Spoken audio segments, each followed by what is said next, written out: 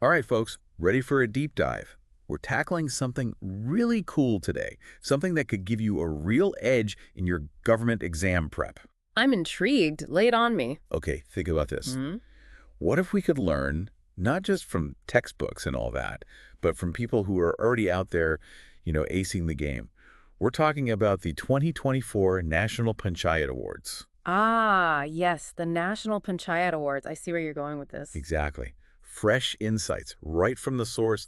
The awards were just announced December 11th. So we're getting this information piping hot. Straight from the awards website and official press releases, the good stuff.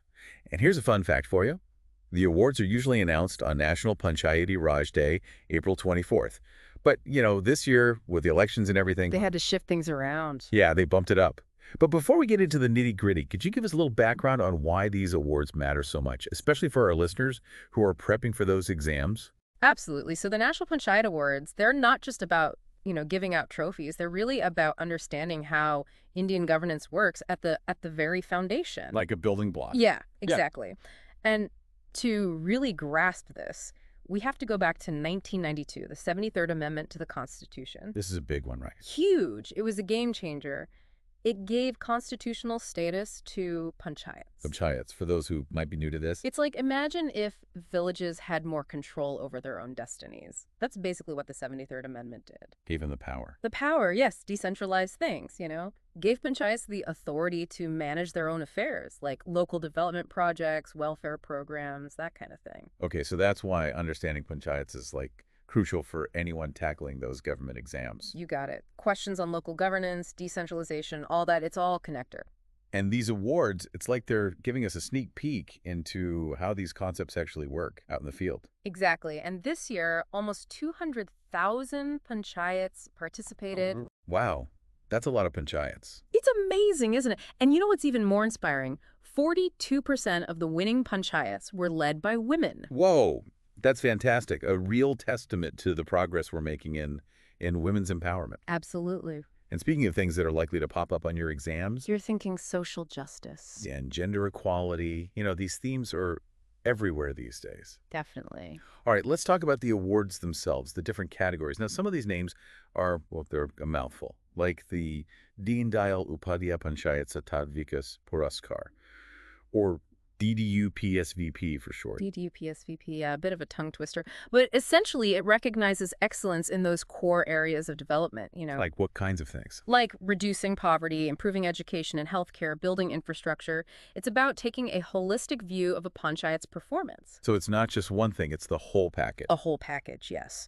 And then you've got the Nanaji Deshmukh Sarvatam Panchayat Satat Vikas Puraskar. That's the top prize The best of the best. for the highest achievers across all those areas. Okay, and then we get to some really interesting categories, especially given, what's going on in the world today. We've got the Gram Urja Swaraj Vishesh Panchayat Puraskar and the Carbon Neutral Vishesh Panchayat Puraskar. Those are the ones I was looking forward to. These are so relevant right now. They show how sustainability and climate action are becoming a priority, even at the local level. Which means, heads up listeners, you can expect some questions on environmental policy, renewable energy, sustainable development. Oh, absolutely. These aren't just niche topics anymore. They're at the heart of governance. They're going mainstream. Yeah, they're front and center.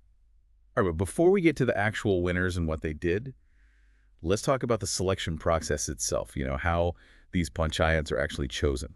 Because that can give us some clues about what the examiners might be looking for, right? Exactly. So it starts at the block level, Okay. and then it goes up to the district, then the state, and finally the national level. It's like a filter. A multi-level filter, making sure only the best rise to the top. Exactly.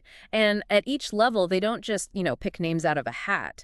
They have committees that use detailed questionnaires. So they're really digging deep. They're assessing performance against very specific criteria. Data-driven governance, it's all the rage these days. It's the way to go. So remember, listeners, if they're asking those questions, you can bet they're going to be important for you too.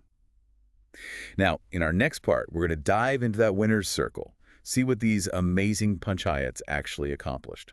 All right, welcome back, everyone. It's time to reveal what these winning panchayats actually accomplish. And let's not forget the prize money this year. Oh, right. A whopping 46 crore rupees. It's incredible. But what's even more impressive is how they're distributing that money. Oh, what do you mean? They're transferring it directly to the Panchayat's accounts. So no middlemen, no funny business. Exactly. Transparency and accountability, those are key principles of good governance. Right, right. Got to keep things clean.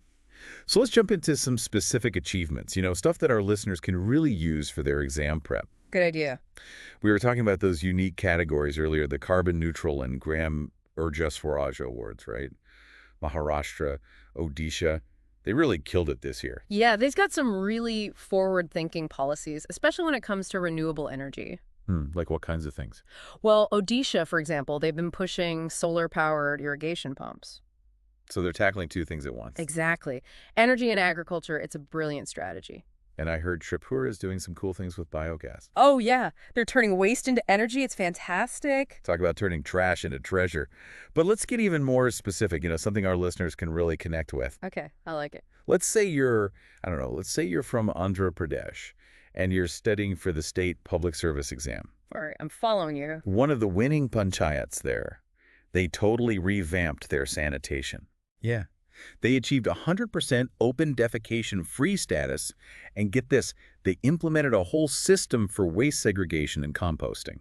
Now, that's impressive. That's how you translate national schemes like the Swachh Bharat Abhiyan into real results. It's not just about knowing the policy, it's about knowing how it plays out on the ground. And that, my friend, is what examiners love to see. Real-world understanding. You got it. All right, let's move on to the Deen Dayal Upadhyay Panchayat Satat Vikas Puraskar, the DDUP SVP. 9 key areas, remember. So many different ways to excel. That's a lot to cover. Yeah. What were some of the standout achievements? Well, we saw panchayats that completely eradicated malnutrition. Some achieved 100% literacy rates. Others developed incredible water harvesting systems. It's amazing what they're doing. It really is. It shows you the power of local action, addressing those big challenges head on. And it's not just about individual panchayats either, right? No, it's all about collaboration. Like take that panchayat in Tamil Nadu, the one that did so well with healthcare. Yeah, they didn't just, wave a magic wand. They worked with district officials, state officials. They organized health camps. They trained healthcare workers, even set up a telemedicine center. So many moving parts. It's about understanding how those different levels of government work together, how they support each other. That's a crucial insight for anyone who wants to work in government, understanding how those gears mesh. Absolutely. Okay, now let's shift gears a little bit and talk about the institutions that are helping these panchayats succeed. The ones behind the scenes. The support system. Exactly. The Panchayat Shamta Nirman Sarvadam Sastan Puraskar, that's the award for them, right? That's the one. This year, Kerala, Maharashtra, Odisha, they had some winning institutions. It just goes to show you capacity building, knowledge sharing. These things are so important. You need a strong foundation. You need that support network. It's about creating that ecosystem for success. It's not just about individual effort. And speaking of resources, remember that best practices booklet we talked about? Oh, yes. That thing is a goldmine. Real-world examples, all from these award-winning panchayats. Your exam prep just got a whole lot easier. Seriously. You can find it on the awards website, panchayataward.gov.in. Bookmark that, folks. So we've covered a lot of ground, all these amazing achievements, but you might be thinking, okay, so what? How does this actually help me ace my exams? That's the million-dollar question, isn't it? And that's exactly what we're going to break down in the final part of our deep dive.